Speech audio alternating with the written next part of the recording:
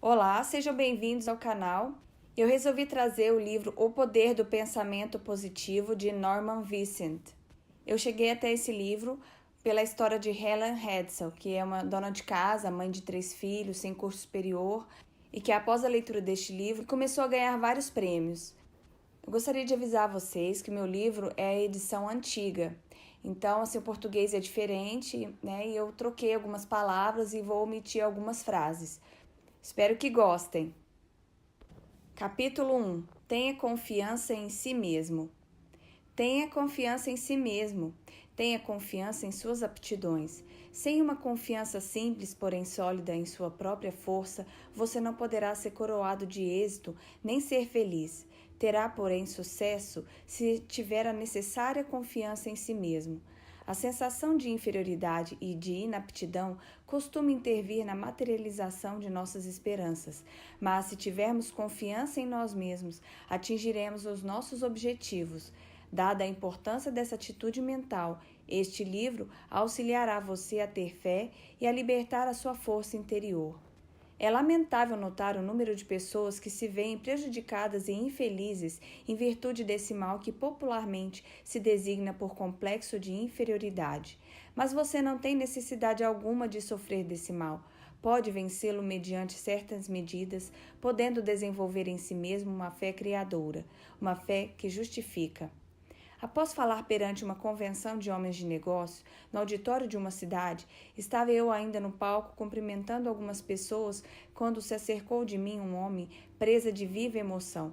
Perguntou-me se podia falar comigo a respeito de uma questão importante que o atormentava. Pedi a ele que esperasse até que todos saíssem. Quando isso se deu, fomos nos sentar nos bastidores do palco. Estou na cidade para tratar de um negócio, o mais importante de minha vida, explicou. Se eu for bem-sucedido, será minha felicidade. Se fracassar, serei um desgraçado. Sugeri-lhe que acalmasse um pouco e não encarasse a questão sob um aspecto assim tão desanimador. Se fosse coroado de êxito, seria naturalmente esplêndido. Se não o fosse, bem, começaria novamente a vida. Falta-me confiança em mim mesmo, murmurou ele com desalento. Não tenho confiança em mim, nem creio que possa adquiri-la. Sinto-me deprimido, completamente sem coragem. Realmente, lamentou, sinto-me prestes a naufragar e dizer que estou com 40 anos de idade. Por que me vejo sempre atormentado por essa sensação de inferioridade, por essa falta de confiança e essa descrença constante? Eu ouvi sua conferência esta noite e o que o senhor falou sobre o poder do pensamento positivo e desejo perguntar-lhe como poderei adquirir essa confiança em mim mesmo. Há certas medidas a tomar, respondi. Em primeiro lugar, é importante descobrir por que tem essa sensação de que não tem poder algum. Isso requer análise e levará tempo. Devemos sondar os males de nossa vida emotiva do mesmo modo que o faz um médico ao procurar descobrir algo que fisicamente esteja mal. Não se pode fazer isso imediatamente, nesta nossa curta entrevista de hoje. Talvez o seu caso exija certo tratamento para que se possa conseguir uma solução permanente.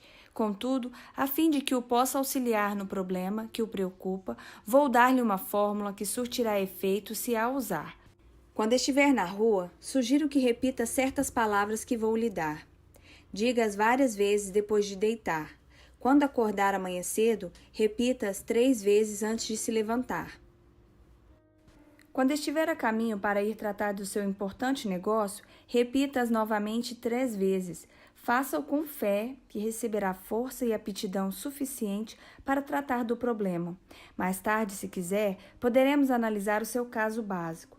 Independentemente do que poderá acontecer ao seguir esse estudo, a fórmula que vou lhe dar agora poderá afinal ser um grande fator na cura. Eis as palavras que lhe recomendei.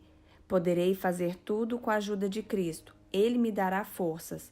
Filipenses 4:13. Como o desconhecido não estava familiarizado com essas palavras, escrevi-as num cartão e mandei que as lesse 3 vezes em voz alta. Agora siga esse conselho. Tenho certeza de que tudo correrá bem. Ele se animou e quedou-se um momento em silêncio. Disse depois, muito comovido: Está bem, doutor. Vi-o empetigar-se e mergulhar nas sombras da noite. Sua figura, a princípio desconsolada, parecia demonstrar agora, na maneira pela qual saiu, que a fé já estava operando no seu espírito. Comunicou-me posteriormente que aquela fórmula simples lhe fizera maravilhas e acrescentou: parece incrível que umas poucas palavras da Bíblia pudessem fazer tanto bem a uma pessoa. Esse homem mandou fazer tempos depois um estudo das razões das suas atitudes de inferioridade, as quais foram eliminadas por meio de conselhos de ordem científica e observância de fé religiosa. Aprendeu a ter fé. Recebeu certas instruções específicas que deveria seguir. Estas serão dadas mais adiante neste capítulo. Adquiriu gradativamente uma forte, firme e razoável confiança. Não cessa de proclamar sua grande surpresa ao ver como as coisas lhe correm bem agora. Sua personalidade adquiriu um caráter positivo e não negativo, de modo que não mais afugenta o êxito. Ao contrário, costuma atraí-lo para si. Possui agora verdadeira confiança em sua própria força. Há várias causas para a sensação de inferioridade, e não são poucas as que se originam da nossa infância. O diretor de uma companhia consultou-me a respeito de um jovem a quem desejava promover. Acontece, porém, explicou ele, que não podemos confiar-lhe certas informações importantes e sigilosas. É lamentável. Não fosse isso, eu faria meu assistente na administração. O rapaz tem todas as aptidões necessárias, mas fala muito e, sem que seja esta a sua intenção, divulga questões de natureza particular e importante. Tendo feito uma análise, descobri que o jovem falava muito simplesmente devido a uma sensação de inferioridade e, para compensá-la, sucumbia à tentação de alardear o que sabia. Ligara-se a homens mais ou menos bem instalados na vida, que havia cursado universidades e fazia parte de associações. Ele, no entanto, havia sido criado na pobreza, não cursara uma universidade e não era membro de associação alguma. Sentia-se assim inferior aos companheiros, tanto em cultura como em posição social. Para fazer figura no meio deles e realçar seu amor próprio, seu subconsciente, que sempre procurava promover um mecanismo que compensasse, fornecia-lhe os meios para elevar o seu eu.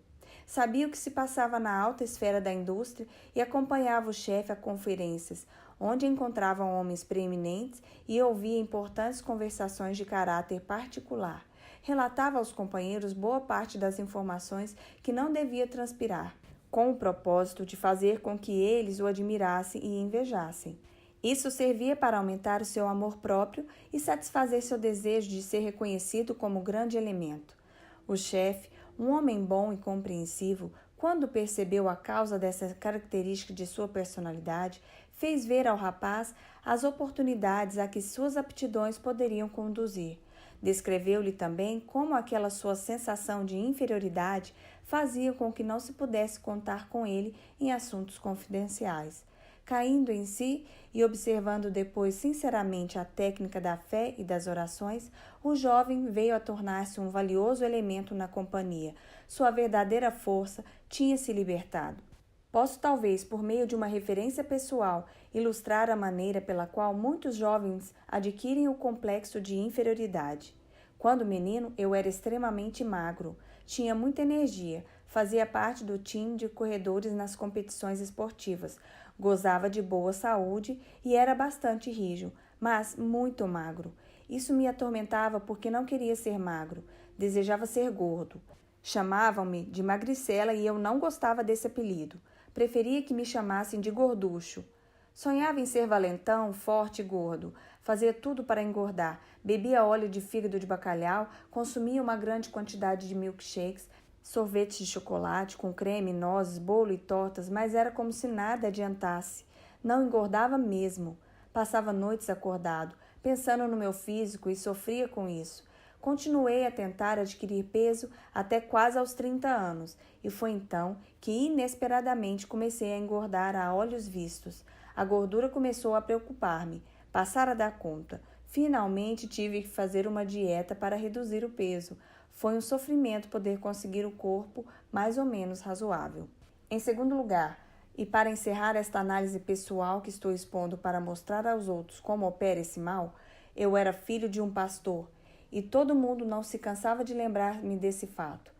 Todos os companheiros podiam fazer o que bem entendesse, mas ai de mim se tentasse fazer uma pequenina coisa qualquer. Lá vinha a crítica. Oh, você, um filho de pastor?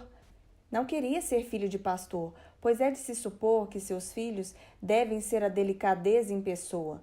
Desejava ser conhecido como sendo um valentão. Talvez seja essa a razão porque os filhos de pastores adquirem a reputação de serem algo intratáveis. Revoltam-se contra o fato de terem que empunhar sempre a bandeira da igreja. Jurei que uma coisa jamais faria, a de me tornar um pastor. Acontece que eu descendia de uma família cujos membros, na sua totalidade, eram artistas e gostavam de fazer discursos, uma coisa de que eu absolutamente não queria ouvir falar. Eles costumavam me fazer levantar em público para discursar, e nessas ocasiões eu quase morria de medo, ficava mesmo apavorado, e isso faz muitos anos. De vez em quando sinto ainda algo daquela desagradável sensação de outrora quando subo a uma tribuna para falar em público. Tinha que empregar todos os processos conhecidos para despertar a confiança na força que, porventura, Deus me dera. Encontrei a solução do problema nas normas simples da fé que a Bíblia nos ensina. São princípios científicos e bons que podem curar qualquer pessoa do doloroso complexo de inferioridade. Empregando-os, a pessoa que sofre desse mal poderá descobrir e libertar a sua força interior, inibida em virtude de uma sensação de deficiência. Tais são algumas das origens do complexo de inferioridade que criam fortes barreiras em nossa personalidade. Ele advém de alguma emoção violenta em nossa infância ou das consequências de certas circunstâncias ou de algo que fizemos a nós mesmos. É um mal que, da névoa do passado, surge nos recessos sombrios de nossa personalidade. Talvez você tenha um irmão que foi um brilhante estudante. Ele tirava as primeiras notas da escola e você as notas baixas, e isso durante todo o tempo do curso. Você acreditou então que jamais alcançaria o mesmo êxito que estaria reservado a seu irmão. Ele obtinha notas altas e você notas baixas. Isso fazia você pensar que nunca poderia melhorar sua situação. Aparentemente, não lhe passava pelo espírito que alguma das pessoas que não haviam tirado notas boas na escola eram justamente aquelas que tinham tido maior êxito na vida. O simples fato de alguém tirar notas brilhantes no colégio não quer dizer que esteja fadado a ser o homem mais importante do país, pois é bem possível que essas notas brilhantes cessem ao receber ele o diploma e que a pessoa que teve notas baixas venha a receber depois na vida as verdadeiras notas altas. O segredo para eliminar o complexo de inferioridade, que é outro termo para a completa falta de confiança em si mesmo, está em impregnar o espírito de uma grande fé. Desenvolva sua fé em Deus e isso fará ter absoluta confiança em si mesmo. Consegue-se uma formidável confiança em si mesmo por meio de orações, lendo e absorvendo mentalmente a Bíblia e praticando as suas normas. Tratarei em outro capítulo das formas específicas de orações, mas desejo acentuar aqui que é de natureza particular a espécie de oração que produzem a fé necessária para eliminar o complexo de inferioridade. Orações superficiais, formalísticas e perfunctórias não são suficientemente poderosas. Perguntaram a uma excelente senhora, cozinheira de uns amigos que tenho em Texas, como conseguia vencer as suas dificuldades. Ela respondeu que os pequenos problemas podiam ser resolvidos por meio de orações comuns, mas que quando havia um problema muito grave, tornava-se então necessário fazer muitas orações. Um dos meus mais interessantes amigos foi o finado Harlow B. Andrew, da Siracusa, Nova York, um dos melhores homens de negócios e um dos mais competentes peritos espirituais que até então conheci. Declarou ele que o mal da maioria das orações está no fato de não serem cumpridas. Aprenda a fazer orações cumpridas para que possa, com fé, chegar a um resultado. Deus avaliará a pessoa de acordo com a magnitude de suas orações. Sem dúvida, ele tinha razão, pois dizem as Escrituras, de acordo com a tua fé é que receberás. Mateus 9:29. Portanto, quanto maior o problema, tanto maior a oração. O cantor Roland Hayes citou-me uma frase do avô, um homem que não teve a educação que o neto recebeu, porém cuja sabedoria natural era evidentemente sólida. O mal de muitas orações é de não virem do fundo do coração. Aprofunde-as em suas dúvidas, temores e inferioridades. Reze muito, reze muitas orações, fazendo-as brotar do íntimo de seu coração e conquistará uma vital e forte confiança em si mesmo.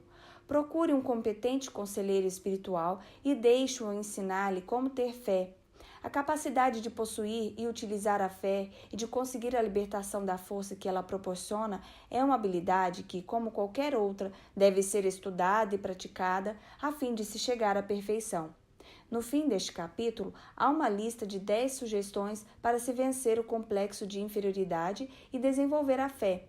Pratique-as diligentemente e elas o auxiliarão a criar confiança em si mesmo, dissipando a sua sensação de inferioridade, por mais profunda que seja. Nesse ponto, desejo frisar que para adquirir essa sensação de confiança, é de grande eficiência a prática de infundir no espírito conceitos encorajadores. Se seu espírito ficar obcecado por ideias de insegurança e inaptidões, será isso naturalmente devido ao fato de as ter deixado dominar-lhe o pensamento durante um longo período de tempo. É preciso que dê ao espírito outra qualidade de ideias mais positivas, o que conseguirá com repetidas sugestões de pensamentos estimuladores. Nas árduas atividades da vida cotidiana, é preciso disciplinar o pensamento se se quer educar novamente o espírito e fazê-lo um gerador de energia. É possível, mesmo em meio aos trabalhos diários, alimentar o espírito com pensamentos estimuladores. Permita-me, leitor, que lhe fale sobre um homem que assim procedia, utilizando-se de um método característico. Numa manhã de inverno, ele veio buscar-me no hotel numa cidade do Oeste Central para levar-me a outra cidade, 35 milhas distante, onde eu tinha que fazer uma palestra. Subimos ao automóvel. Ele passou logo a imprimir certa velocidade ao carro, o que achei algo inconveniente, pois a estrada estava escorregadia. Lembrei-me que dispunhamos de bastante tempo e sugeri que moderasse a marcha. Não se preocupe quando eu estiver guiando, respondeu ele. Eu mesmo costumava sentir muita insegurança, mas acabei dominando-me. Tinha medo de tudo, de andar de automóvel, de avião. Quando alguma pessoa de minha família fazia uma viagem, ficava preocupada até que regressasse. Vivia sempre com a sensação de que ia acontecer alguma coisa, e isso me tornava a vida um sofrimento. Vivia dominado por esse complexo. Não tinha confiança em mim. Esse estado de espírito refletiu-se em meus negócios. As coisas não me corriam muito bem, mas descobri um plano maravilhoso que me eliminou toda aquela sensação de insegurança. Hoje em dia, tenho confiança em mim e na vida. Era este o plano maravilhoso. Ele apontou para 2 clipes fixados no painel do carro, logo abaixo do para-brisa, e depois tirou do porta-luva um maço de cartões. Escolheu um e colocou-o debaixo do clipe. Lia-se no cartão: se tens fé, nada te será impossível. Mateus 17:20. Tirou o cartão e embaralhou com uma só mão os outros cartões, enquanto guiava com a outra. Pegou um ao acaso e colocou-o debaixo do clipe. Dizia o segundo cartão: se Deus estiver conosco, quem irá poder estar contra nós? Romanos 8:31. Sou caixeiro viajante, explicou ele. Ando o dia todo de automóvel visitando a freguesia. Descobri que quando a gente está guiando, toda sorte de pensamento nos assalta o espírito. Se a qualidade do pensamento é negativa, passa-se o dia todo com ideias negativas, o que é ruim. Era o que acontecia comigo. Quando no automóvel, entre uma visita e outra, eu costumava pensar em coisas pessimistas, sempre com a impressão do medo. E, a propósito, essa era uma das razões por que minhas vendas estavam decrescendo. Mas depois que comecei a usar esses cartões e a decorar suas frases, enquanto guio, aprendi a pensar diferentemente. Aquela sensação antiga de insegurança que não me largava desapareceu, por assim dizer. Ao invés de pensar agora em coisas pessimistas, penso em coisas otimistas e encho-me de coragem. É realmente maravilhosa a transformação que esse método operou em mim. Auxilia-me nos negócios também. De fato, como pode uma pessoa esperar fazer uma venda se vai à casa do freguês com a ideia de que não conseguirá vender-lhe coisa alguma?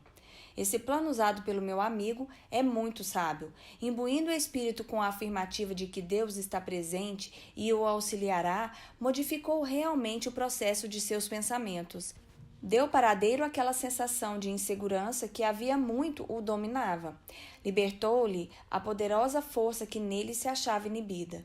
Formamos essa sensação de insegurança ou segurança consoante a maneira de pensarmos. Se, em nossos pensamentos, ficamos sempre na expectativa de horríveis acontecimentos, resultará que ficaremos constantemente presa de uma sensação de insegurança.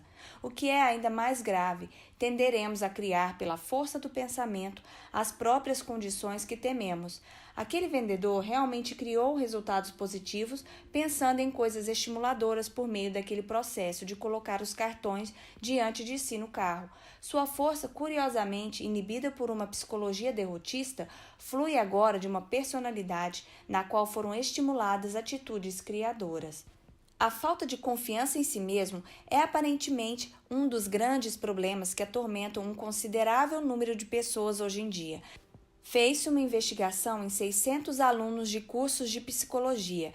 Pediu a eles que expusessem os seus mais difíceis problemas pessoais. 75% declararam que não tinham confiança em si. Seguramente é de presumir que essa mesma proporção se aplica à população em geral. Encontram-se por toda parte pessoas que intimamente são medrosas, receiam enfrentar a vida, sofrem de uma profunda sensação de incapacidade e insegurança e duvidam de sua própria força. No íntimo de seu ser, não confiam em sua capacidade de arcar com responsabilidades. Com isso, deixam de aproveitar as oportunidades que aparecem. Vivem sempre atormentadas por um vago e sinistro temor de que algo não vai dar certo. Não acreditam que o que desejam ser depende unicamente delas, razão por que procuram contentar-se com algo digno do que poderiam conseguir com a sua capacidade. Milhares e milhares de pessoas passam a vida rastejando-se, vencidas e presas do medo.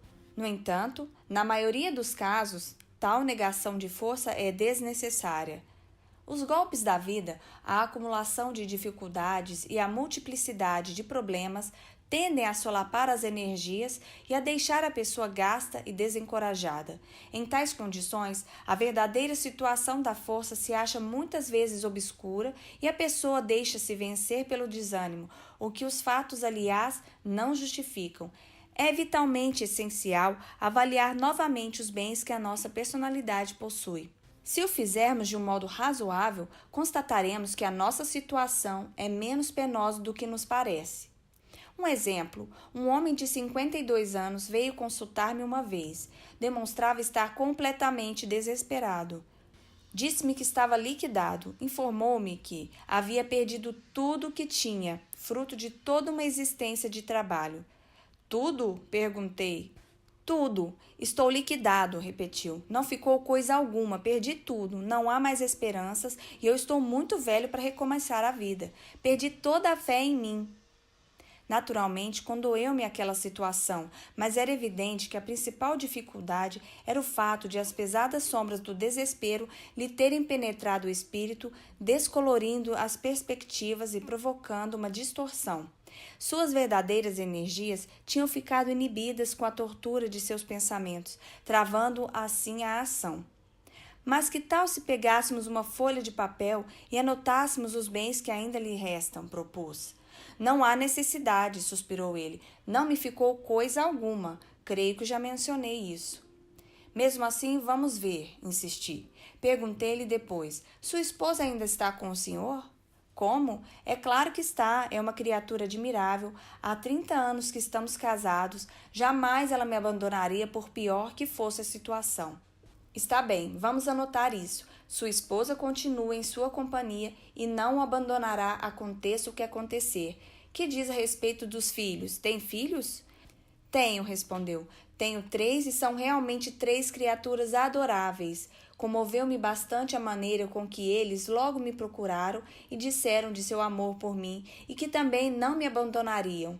Bem, aí temos o item número 2. 3 filhos que o amam e não o abandonarão. Tem amigos? Sim, de fato, tem alguns bons amigos. Devo confessar que foram muito corretos. Vieram visitar-me e disseram que gostaria de auxiliar-me. Mas como podem fazer? Não podem fazer coisa alguma. Este é o item número 3. Tem alguns amigos que gostariam de ajudá-lo e o têm em grande estima. Que me diz de sua integridade? Agiu mal alguma vez? Nada há contra minha integridade. Sempre procurei agir direito. Tenho consciência limpa. Muito bem. Anotemos a sua integridade como sendo o item número 4. Que me diz de sua saúde? Gozo de boa saúde. Poucas vezes fiquei doente. Creio que estou em boa forma física. Anotemos isso como sendo o item número 5. Boa saúde. Que acha dos Estados Unidos? Acha que continua ainda em franco comércio e seja o país das oportunidades? Acho que sim. É o único país no mundo em que eu gostaria de viver. Eis o item número 6. O senhor vive nos Estados Unidos, o país das oportunidades, e está satisfeito de viver aqui. Indaguei depois. E que me diz de sua fé religiosa? Crê em Deus? Crê que ele o auxiliará? Sim, não creio que teria suportado tudo isso se não tivesse alguma ajuda de Deus. Agora vamos ver a relação dos bens anotados. 1. Uma esposa maravilhosa, casado há 30 anos. 2. 3 filhos devotados que não o abandonarão. 3. Amigos que o querem ajudar e que o têm em grande estima.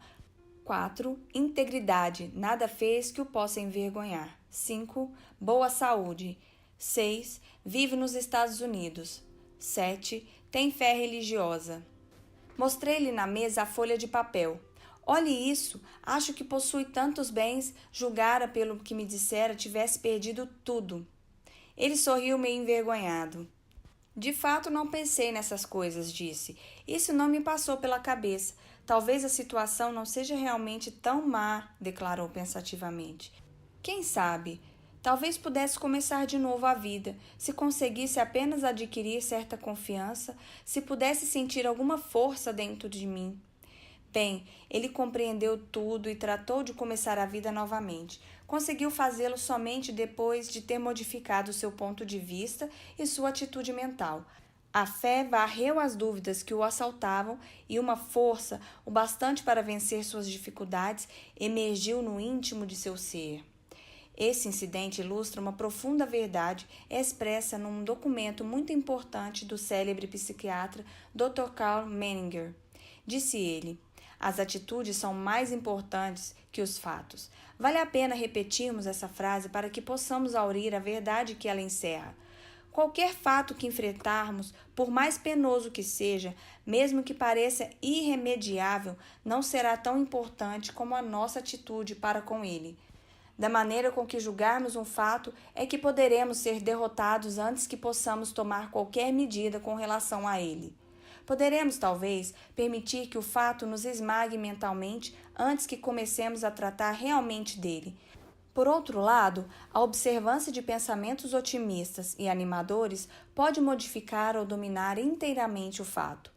Conheço um homem que é muito valioso para a sua companhia, não por causa de qualquer habilidade extraordinária, porém por causa de ele sempre demonstrar ser possuidor de um espírito animador. Quando seus companheiros encaram com pessimismo certo problema, ele logo emprega um método a que deu o nome de o método do aspirador de pó. Isto é, por meio de uma série de perguntas, ele aspira o pó do espírito de seus companheiros, arranca-lhes as atitudes negativas, depois, muito serenamente, sugere-lhes ideias positivas com relação ao problema, infundindo-lhes novas atitudes, as quais lhes dão nova concepção dos fatos. Muitas vezes, os companheiros comentavam os problemas, os quais lhe pareciam diferentes quando esse homem começava a operar sobre eles. É a atitude de confiança que cria a diferença e ela não elimina a objetividade na avaliação dos fatos. A vítima do complexo de inferioridade vê os fatos através de atitudes que lhes são prejudiciais.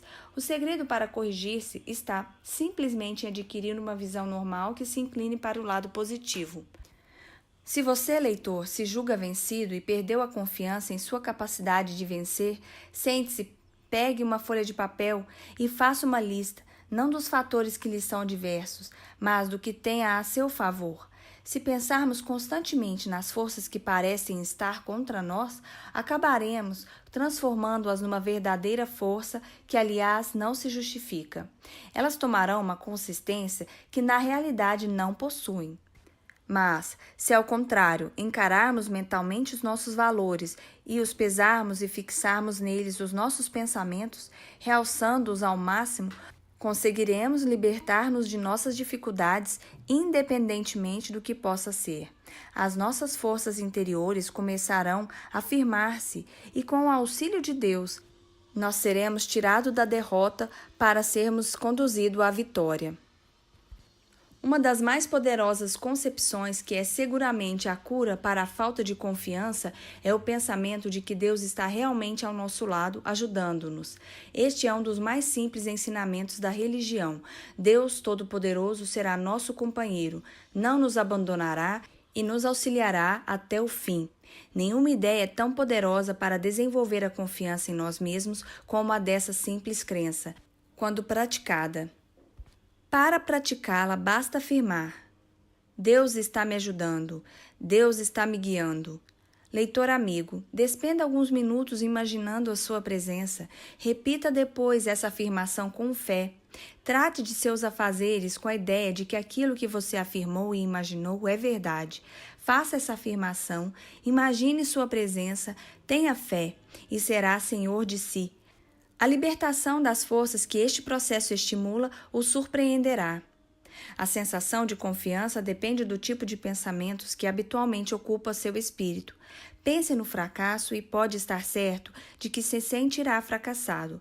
Pratique, porém, pensamentos estimuladores, faça disso um hábito dominante e acabará desenvolvendo uma forte sensação de capacidade que o habilitará a vencer quaisquer dificuldades. Realmente, a sensação de confiança aumenta a nossa força. Basil King disse certa vez: seja ousado, que forças poderosas virão em seu auxílio. A experiência prova a verdade desse conceito. Você sentirá que essas forças poderosas o estão auxiliando à medida que a sua crescente fé vai modificando suas atitudes. Emerson declarou uma grande verdade: somente vencem aqueles que acreditam poder vencer. E acrescentou: faça aquilo que você possa temer, que o temor desaparecerá. Tenha sempre confiança e fé que seus temores e sensação de insegurança logo deixarão de exercer qualquer domínio sobre você. Uma vez, quando Stonewall Jackson planejava um ousado ataque, um de seus generais fez objeções dizendo que temia isso ou aquilo. Jackson pousou a mão sobre o ombro de seu subordinado e disse-lhe: General, não se guie jamais pelos seus temores. O segredo está em encher o espírito com pensamentos de fé, confiança e segurança. Isso expelirá todos os pensamentos eivados de dúvidas e eliminará a falta de confiança. Há um homem que durante muito tempo vivia atormentado por uma sensação de insegurança e temores. Sugeri que lesse a Bíblia inteira, sublinhando com um lápis vermelho todas as citações nela contidas relativas à coragem e à confiança. Ele acabou decorando-as. De fato, impregnou o espírito com os pensamentos mais sadios, mais felizes e mais poderosos que há no mundo. Esses pensamentos dinâmicos transformaram-no. De criatura desesperada que era, passou a ser um homem de força dominante. Foi notável a transformação que nele se operou em poucas semanas. De um espírito quase completamente fracassado, passou a ser uma personalidade confiante e inspiradora. Reconquistou a confiança em si mesmo e em sua própria força por meio de um processo simples, o de modificar o seu modo de pensar. Para resumir, que pode você fazer agora para criar confiança em si mesmo? Mencionamos abaixo 10 regras simples para dominar suas ideias de inaptidão e aprender a ter fé. Milhares de pessoas as têm empregado e obtido brilhante resultado. Comece a seguir esse programa que irá também criar essa confiança em si mesmo e em sua própria força. Você também terá essa mesma sensação de possante energia. 1. Formule e grave indelevelmente em seu espírito um quadro mental de si mesmo como sendo coroado de êxito em tudo. Mantenha sempre esse quadro no espírito. Não permita que desapareça. Seu espírito procurará desenvolver essa ideia. Jamais pense que irá fracassar. Jamais duvide da realidade dessa imagem mental. Seria perigosíssimo, pois o espírito sempre procura realizar aquilo que se imagina. Por conseguinte, imagine sempre o sucesso, por piores que as coisas lhe possam parecer no momento. 2. Toda vez que um pensamento negativo para com a sua força pessoal lhe assalte o espírito, exprima deliberadamente um pensamento positivo para eliminá-lo. 3. Não crie obstáculos em sua imaginação. Deprecie todos esses pseudo-obstáculos. Reduza-os ao mínimo. As dificuldades devem ser estudadas e tratadas de maneira eficiente a fim de serem eliminadas. Devem ser encaradas apenas como se apresentam. Não devem ser ampliadas por pensamentos pessimistas. 4. Não se deixe atemorizar por outras pessoas. Procure imitá-las. Ninguém pode ter a mesma eficiência que a sua. Lembre-se também que a maioria das pessoas, não obstante mostrarem confiança em si, sentem-se muitas vezes tão receosas e tão hesitantes quanto você. 5. Repita 10 vezes ao dia estas palavras dinâmicas. Se Deus estiver conosco, quem irá poder estar contra nós? Romanos 8:31. Suspenda aqui o áudio e repita-as agora, lentamente e com confiança. 6. Arranje um competente conselheiro para ajudá-lo a compreender a razão de ser de seu modo de agir. Conheça a origem de sua sensação de inferioridade e indecisões, a qual muitas vezes tem suas raízes na infância. O conhecimento de nós mesmos é um fator na cura. 7. Repita 7 vezes ao dia, em voz alta, se possível, o seguinte versículo: Poderei fazer tudo com a ajuda de Cristo, Ele me dará forças. Filipenses 4:13. Repita agora. Esta declaração mágica é o mais poderoso antídoto que existe na Terra para os pensamentos pessimistas. 8. Avalie exatamente a sua própria capacidade e dê-lhe depois 10% de acréscimo. Não se torne egoísta. Trate de desenvolver o respeito próprio. Tenha confiança na sua própria força como sendo libertada por Deus. 9. Entregue-se a Deus. Para fazer isto, basta dizer simplesmente: estou entregue a Deus. Creia depois que está recebendo nessa ocasião todas as energias de que necessita. Sinta-as fluindo para dentro de você. Afirme que o reino de Deus está na sua própria alma, na forma de uma força apropriada para enfrentar a vida. E 10. Lembre-se que Deus está com você e que nada poderá vencê-lo. Creia que está agora recebendo dele toda a força necessária. Fim do capítulo 1. Eu encontro vocês no próximo capítulo, no próximo vídeo. Obrigada e até lá!